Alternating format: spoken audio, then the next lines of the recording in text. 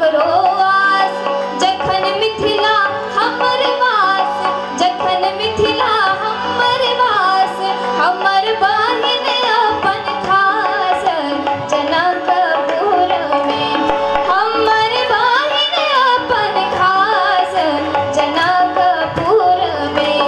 एहन सुंदर मिथिला धाम दोसर पायब कोने ठाम, दुल्हा दुल्हन सीताराम जनकपुर में, हे दुल्हा दुल्हन सीताराम जनकपुर में।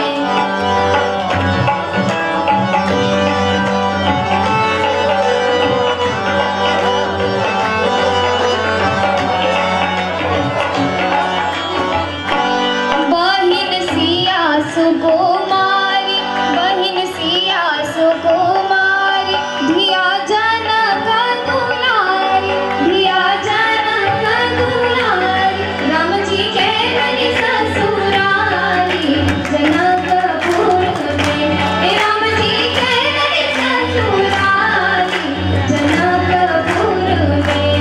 एहन सुंदर मिथिला धाम दोसर पायब कोने ठाम, दुल्हा दुल्हन सीताराम जनकपुर में, दुल्हा दुल्हन सीताराम जनकपुर में।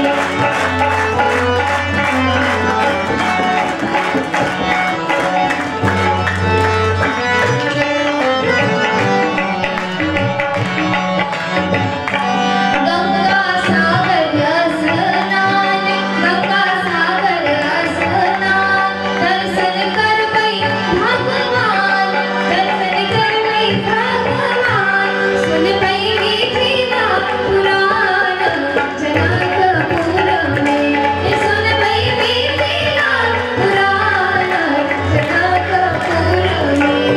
एहन सुंदर मिथिला धाम दोसर पायब कोने ठाम, दुल्हा दुल्हन सीताराम जनकपुर में, हे दुल्हा दुल्हन सीताराम जनकपुर में।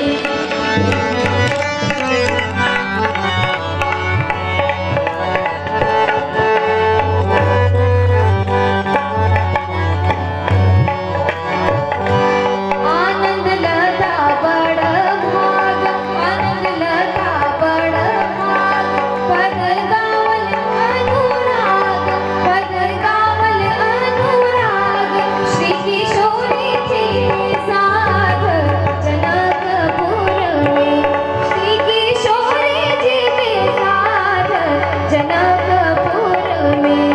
एहन सुंदर मिथिला धाम दोसर पायब कोने ठाम, दोसर पायब कोने ठाम, दुल्हा दुल्हन सीताराम जनकपुर में, हे दुल्हा दुल्हन सीताराम जनकपुर में, हे दुल्हा दुल्हन सीताराम जनकपुर में, हे दुल्हा दुल्हन सीताराम जनकपुर में, हे जनकपुर में, हे जनकपुर में।